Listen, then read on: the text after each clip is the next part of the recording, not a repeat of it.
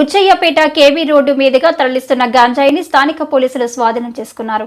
DSP Shravani శనివారం మాట్లాడుతూ, పోలీసులు స్థానిక చెరువు కట్ట వద్ద తనిఖీలు చేస్తుండగా ఓ కారులో 3 వ్యక్తులు 100 కేజీల గంజాయి తరలిస్తూ పట్టుబడ్డారు.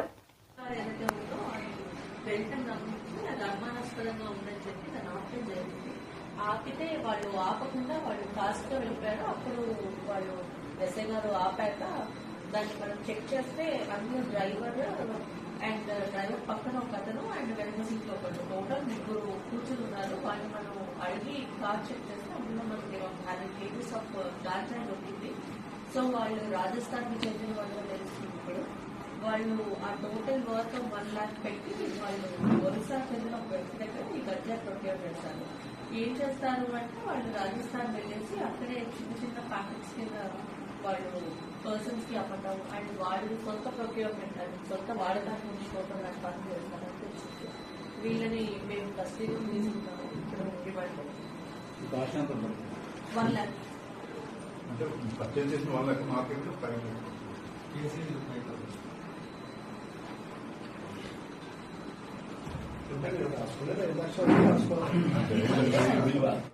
దేశంతో పాటు రాష్ట్ర ప్రగతికి భగవాన్ సత్య సాయిబాబా ఎన్నో మంచి పనులు చేసి ప్రజల హృదయాల్లో చిరస్థాయిగా నిలిచిపోయారని పెందుర్తి ఎమ్మెల్యే రమేష్ బాబు అన్నారు. శనివారం సుజాతానగర్ సత్యసాయి ఆధ్యాత్మిక కేంద్రంలో నిర్వహిస్తున్న బాబా జయంతి వేడుకల్లో ఎమ్మెల్యే ముఖ్య అతిథిగా పాల్గొన్నారు.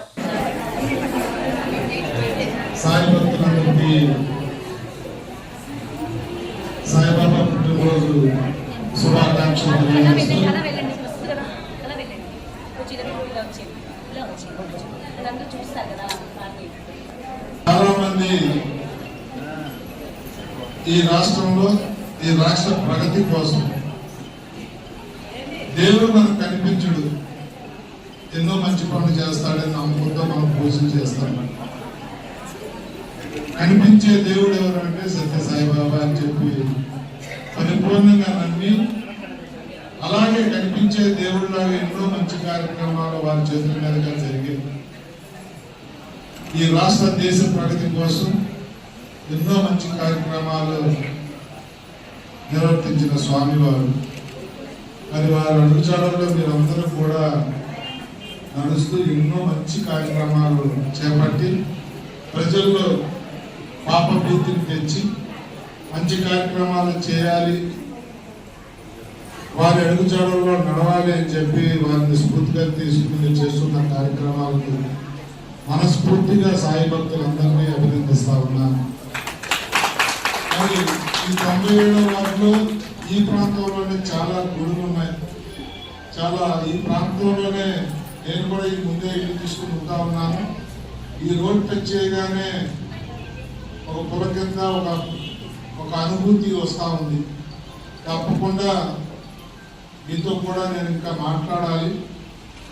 మరి అందులో అసెంబ్లీ ఉండటం వల్ల ఇక్కడ అందుబాటులో లేదు. సోమవారం నాడు 10 గంటలకు ఇక్కడికే వస్తున్నాను.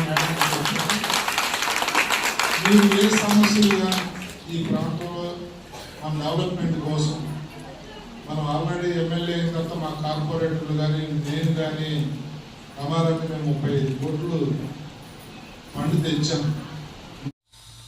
విశాఖకు చెందిన YCP social media activist Ravikiran భార్య సుజన ఆవేదన వ్యక్తం చేశారు.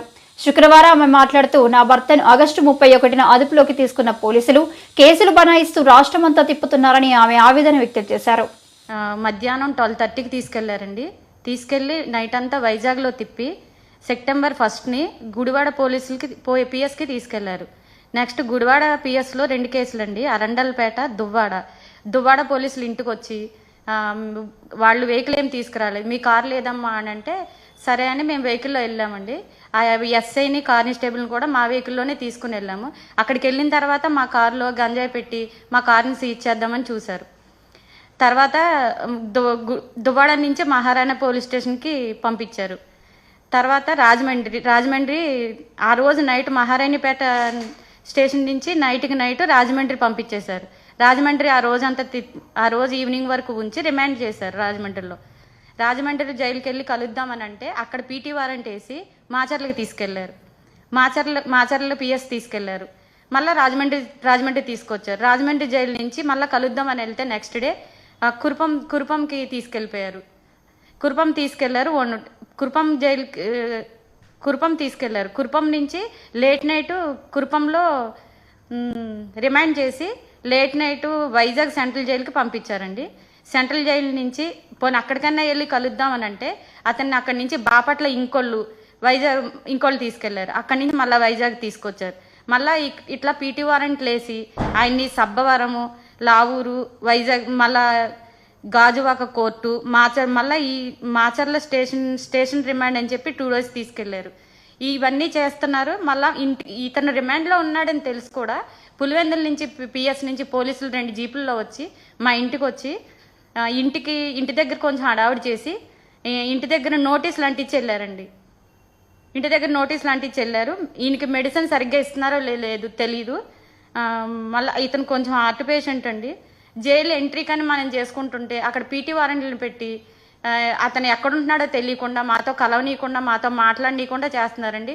ఒక్కరోజు కూడా అట్లా అతన్ని జైల్లో ఉంచలేదు. ఇలా పీటీ వారెంట్లు వేసి మొత్తం రాష్ట్రం అంతా తిప్పుతున్నారు. 12 సంవత్సరాల నుంచి మేము ఈ పార్టీలో వర్క్ చేస్తున్నాము. చేయటం వల్ల ఇది తప్పని నేను అనుకోవట్లేదు. ఇంత కక్షపూరితంగా ఎందుకు చేస్తున్నారు ఈ కూటమి ప్రభుత్వం నాకు అర్థం కావట్లేదు. నా పిల్లలు నేను ఇదే విధంగా చేస్తే, నా భర్తని కలవనీయకుండా మమ్మల్ని ఇదే విధంగా చేస్తే చంద్రబాబు ఇంటి ముందుకు వచ్చి నా పిల్లలు నేను సూసైడ్ చేసుకోవాల్సి వస్తుందండి. ఇన్ని తప్పులు మేము ఏం చేస్తామో తెలియదు. అంటే ఈ ప్రభుత్వంలో ఈ పార్టీలో ఉండి మేము ఏమన్నా చేస్తే తప్పు అవుతుందా మీకు? ఆరోగ్యం బాగుంటలేదండి ఆయన్ని. అసలు ఆయన మనిషిని నాకు చూపించట్లేదు. నాతో ఇప్పుడు ఆయన్ని చూసి కూడా నేను చాలా రోజులు అవుతుంది. ఎప్పుడైతే రాజమండ్రి రిమైండ్ చేశారో అప్పటి నుంచి మనిషిని కలవనివ్వడం కానీ అసలు ఆయనకి టాబ్లెట్స్ ఇస్తున్నారో లేదో తెలీదు. అతన్ని తిప్పుతూనే ఉన్నారు, ఒక్క చోట ఉంచట్లేదు. మిడ్ నైట్ అని ఎక్కడంటే అక్కడ ఆ జైల్లోంచి మిడ్ నైట్ ఎలా పంపిస్తారండి? అతను ఎప్పుడు వెళ్ళినా కూడా జైల్లో ఉండట్లేదు. పీటీ వారెంట్ వేసి ఇక్కడ తీసుకెళ్లారమ్మా, ఎక్కడ తీసుకెళ్లారనేది కూడా కరెక్ట్గా చెప్పట్లేదు. మేము లాయర్లు అరేంజ్ చేసుకోవాలన్నా కూడా కుదరట్లేదండి. ఇప్పటికి 15 కేసులు పెట్టారండి, అన్నీ రిమాండ్ చేశారు. మాకు ఎక్కడ తీసుకెళ్తున్నారో చెప్పట్లేదు. నాకు ఒక రిపోర్ట్ ఇవ్వట్లేదు. అసలు ఏం జరుగుతుందో కూడా తెలియట్లేదండి. ఈ పార్టీలో ఉండటం వల్ల మాకు కక్షపూరితంగా చేస్తున్నారా? అసలు పర్సనల్గా ఎందుకు తీసుకుంటున్నారు మమ్మల్ని? అసలు వాళ్ళు సంతకం కని చెప్పి తీసుకెళ్తున్నారండి. వస్తున్నారు, సంతకం కని తీసుకెళ్తున్నారు. ఆ సంతకం కానీ తీసుకెళ్లి పొద్దున్నుంచి సాయంత్రం వరకు కూర్చోబెట్టుకుంటున్నారు. ఆ సాయంత్రం ఏం జరుగుతుందని తెలియట్లేదు. బయటకు వచ్చేసరికి ఇంకో స్టేషన్ పోలీసులు ఉంటున్నారు. అంటే ఇప్పుడు ఆయన మేము ఫాలో అవుతున్నామని మమ్మల్ని అవాయిడ్ చేయడానికి ఈయనకి రిమైండ్ వేసి ఇప్పుడు ఎక్కడెక్కడ తిప్పుతున్నారో కూడా తెలియకుండా సీక్రెట్గా తిప్పుతున్నారు. ఈయన్ని ఎక్కడెక్కడ తీసుకెళ్తున్నారో కూడా తెలియట్లేదండి. ఇంత వేధిస్తున్నారు మమ్మల్ని, మా కుటుంబాన్ని.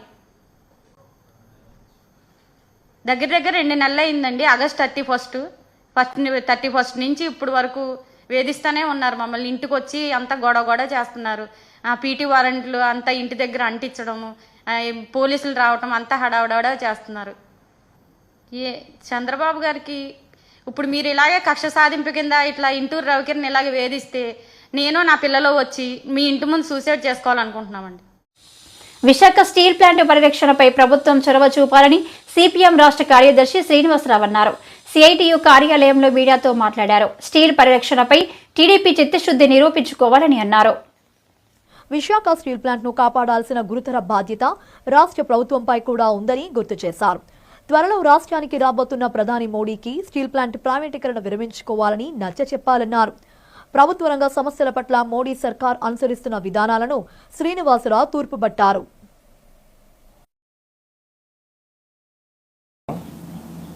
నిన్న అసెంబ్లీలో విశాఖ స్టీల్ ప్లాంట్ మీద చర్చ జరిగింది. అసెంబ్లీలో కానీ కౌన్సిల్లో కానీ తీర్మానం చేయడానికి ఈ ప్రభుత్వం నిరాకరించింది. అదే సమయంలో ప్రైవేటీకరణ కాదని వీళ్ళే అభయహస్తం ఇస్తున్నారు.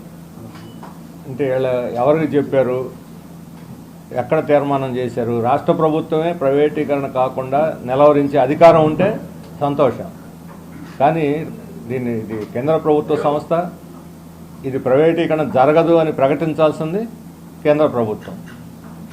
ఆయన స్టీల్ మినిస్టరు ఆయన వచ్చేసి కుమారస్వామి వచ్చి చెప్పేశాడు ప్రైవేటీకరణ జరగదని. మీ అందరూ కూడా తెలుసు ప్రైవేటీకరణ చెయ్యము, కానీ దీని మీద అంతిమ ప్రకటన చేస్తుంది ప్రధాని అని ఆయనే చెప్పాడు. ఆ రెండో ముక్క వదిలేసి మొదటి ముక్కను పట్టుకొని వీళ్ళు జరగదు అని చెప్పడం అంటే మోసం చేయటం రాష్ట్ర ప్రజల్ని. కేంద్ర కేబినెట్ స్ట్రాటజిక్ సేల్ చేస్తున్నట్టుగా ప్రకటించింది, నిర్ణయించింది వాళ్ళు. విత్డ్రా చేసుకోవాల్సింది, క్లోజర్ చేయాల్సింది కూడా వాళ్ళే. కేంద్ర కేబినెట్ చేత తెలుగుదేశం కూడా దాంట్లో భాగస్వామి, మంత్రివర్గంలో ఉన్నారు, కేబినెట్ చేత తీర్మానం చేయించండి, అప్పుడు ప్రజలు సంతోషిస్తారు. అట్లా కాకుండా మేము చెప్పేస్తున్నాం ఇది జరగదు అని అంటే మాత్రం అది మోసం చేయటం అవుతుంది. అంతేకాదు, దీన్ని ప్రైవేటీకరణ చేయడానికి గతంలో కేంద్ర ప్రభుత్వం 2 కమిటీలు వేసింది. ఒకటేమో ట్రాన్సిషన్ కమిటీ, అంటే ప్రభుత్వ రంగం నుంచి ప్రైవేట్ రంగానికి ట్రాన్సిషన్ చేయడానికి ఒక కమిటీని వేసింది. రెండవది ఎస్టిమేషన్ కమిటీ, అంటే ఎంత వాల్యూ ఉంటుంది ఈ ఫ్యాక్టరీ, ఎంతకు అమ్మొచ్చు అని ఎస్టిమేట్ చేయడానికి ఇంకో కమిటీ వేశారు. మరి ఆ 2 కమిటీలను రద్దు చేయించండి. కేబినెట్ తీర్మానం లేక ఈ 2 కమిటీలు వాళ్ళ పని వాళ్ళు చేసుకుపోతూ ఉంటే ప్రైవేటీకరణ జరగదు అని ఎవరిని మోసం చేయడానికి, ఎవరి చెవులు పూలు పెట్టడానికి మీరు ఈ ప్రకటన చేశారు అని చెప్పి మేము అడుగుతున్నాం. అందుకని తెలుగుదేశం తన చిత్తశుద్ధిని నిరూపించుకోవాలి. పవన్ కళ్యాణ్ గారు చెబుతున్నారు, నన్ను వచ్చి కలిశారు, వివరాలు ఇవ్వలేదని. రాష్ట్ర ప్రభుత్వానికి వివరాలు ఇవ్వాలా? వాళ్ళు కదా తెప్పించుకోవాలి. రాష్ట్ర ప్రభుత్వం దగ్గర వివరాలు లేవా? పోనీ అదేనా చెప్పడం మా దగ్గర వివరాలు లేవని. ఇప్పుడు ఈ వచ్చిన 6 నెలల్లో తెలుగుదేశం కూటమి ప్రభుత్వం రాష్ట్ర కేబినెట్లో దీని గురించి ఒక్కసారైనా చర్చించారా? విశాఖ ఉక్కు ఫ్యాక్టరీని ఎలా పరిరక్షించుకోవాలో ఒక్కసారైనా చర్చించారని. జాతీయ స్థాయిలో ప్రధాని మోడీ, చంద్రబాబు, పవన్ కళ్యాణ్ కలిస్తే ప్రపంచం వస్తుందని జనసేన రాష్ట్ర ప్రధాన కార్యదర్శి సత్య పేర్కొన్నారు. ఆంధ్రప్రదేశ్లో కూడా ఇదే విధంగా జరిగిందని అన్నారు. మహారాష్ట్రలో పవన్ కళ్యాణ్ ప్రసారం చేసిన అన్ని ప్రాంతాల్లోనూ బీజేపీ అభ్యర్థులు ఘన విజయం సాధించినట్లు పేర్కొన్నారు. నమస్తే అండి. మహారాష్ట్ర కూటమి యొక్క ప్రభంజనం అయిపోయింది. ఎలాగైతే ఇదివరకు నేను ఎన్నికల అనంతరం ముగింపు రోజున చెప్పాను, ఎన్నికల ప్రచారం ముగింపు రోజున చెప్పాను, అదే పద్ధతిలో ఆంధ్రాలో ఎలాగైతే అపోజిషన్ తుడిచిపడిపోయిందో ఆ పరిస్థితి మహారాష్ట్రలో వచ్చింది. దానికి ప్రధాన కారణం గ్రౌండ్ లెవెల్ వర్క్ ఎలాగున్నా సరే పవన్ కళ్యాణ్ గారు తీసుకొచ్చిన ప్రభంజనం డెఫినెట్గా ముఖ్య పాత్ర వహించిందని నేను చెప్పగలను. ఎందుకంటే అది అటు తెలుగు వాళ్ళని కదిలించింది, ఇటు సౌత్ ఇండియన్స్ని కదిలించింది, ముఖ్యంగా హిందువుల్ని ఏకం చేసింది. దాంతో 280 సీట్లకి 288 సీట్లకి ఆల్మోస్ట్ 217, చాలా మంది 145, 150, 170 ఇలాగే చెప్పారు.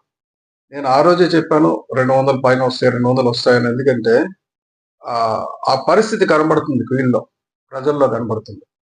ఇప్పుడు అక్కడ చూడండి, 217కి బ్రేకప్. ఇప్పుడు ఇంకా అది 220 కావచ్చు, 228 కావచ్చు.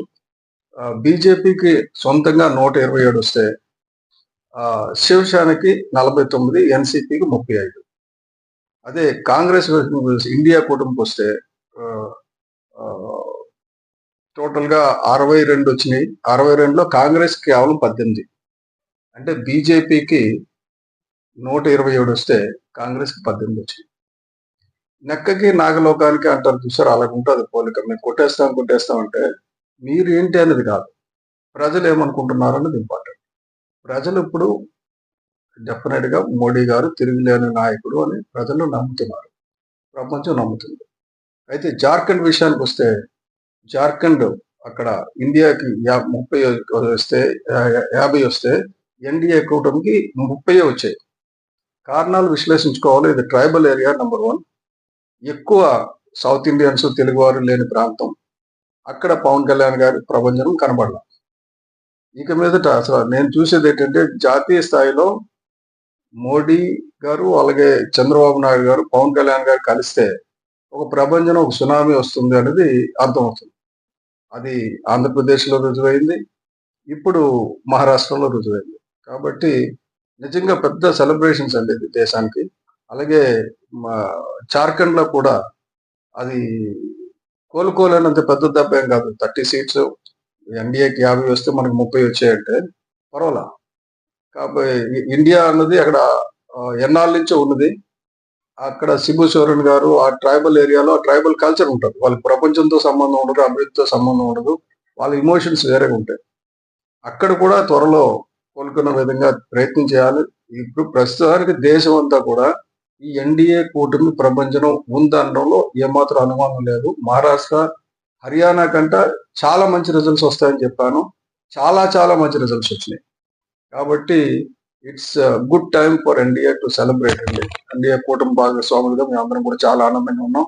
ముఖ్యంగా పవన్ కళ్యాణ్ గారు అక్కడ పర్యటించడం, మహారాష్ట్రలో పవన్ కళ్యాణ్ గారు వెళ్ళిన ప్రాంతం అంతా కూడా ప్రజలకు ప్రభంజనం పథకం, అదొకటే కాకుండా వెళ్ళని ప్రాంతాన్ని కూడా ఎంటైర్ మహారాష్ట్రకి ఆ ఎఫెక్ట్ కనబడింది. So thank you.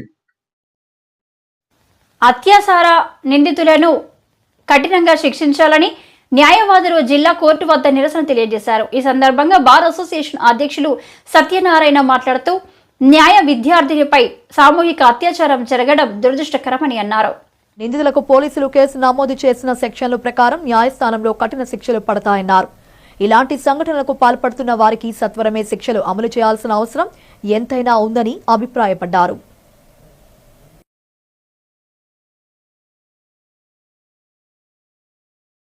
లా స్టూడెంట్ని నలుగురు లా స్టూడెంట్స్ విద్యార్థులే, వాళ్ళ ఫ్రెండ్సే, కానీ నమ్మించి అమ్మాయిని పెళ్లి చేసుకుంటానని మోసం చేసి అమ్మాయిని ఒక ఫ్రెండ్స్ రూమ్ ఇంటికి తీసుకెళ్ళి అమ్మాయిని రేప్ చేయడం జరిగింది. రేప్ అంటే వాళ్ళు అనుభవించడం జరిగింది. దాన్ని మిగతా ఫ్రెండ్స్ అందరూ కూడా ఫోటోలు తీశారు. అవి ఫోటోలు తీసి అది బ్లాక్మెయిల్ చేస్తున్నారు. ఇగో మీకు ఇలా జరిగింది, ఇది బయట పెడతామని చెప్పి బెదిరించి వాళ్ళ నలుగురు కూడా ఈ అమ్మాయిని యూజ్ చేసుకోవడం జరిగింది. ఆ విధంగా నలుగురు కలిపి అమ్మాయిని సామూహిక అత్యాచారం చేశారు. ఇది సామూహిక అత్యాచారమే.